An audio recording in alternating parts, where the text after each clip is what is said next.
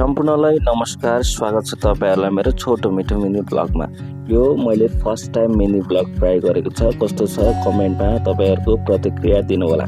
आज चाहिँ हामी समुदाय र म छोटो मिठो राइडको लागि निस्केका छौं। भिडियो मार्फत देख्न सकिन्छ र मैले आफ्नो घाँटीमा क्यामेरा बोकेर के रिल्सहरु सुट गर्नको लागि हामी अघि बढिरहेका छौं।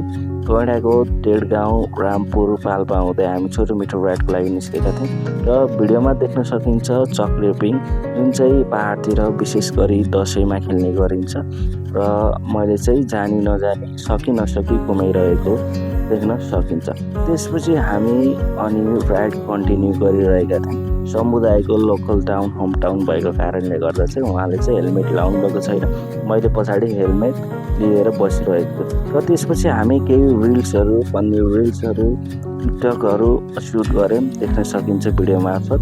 त्यो रिल्सहरु पनि आइसकेको छ, हजुरले हेरिसक्नु भएको छ र त्यसपछि हामी राइड कन्टिन्यू गर्यौं। यदि तपाईहरुलाई यो भिडियो मन पर्यो भने लाइक, कमेन्ट, शेयर, सब्स्क्राइब गर्न भने नबिर्सनु होला। आजको लागि यति नै। Bye bye, Tata.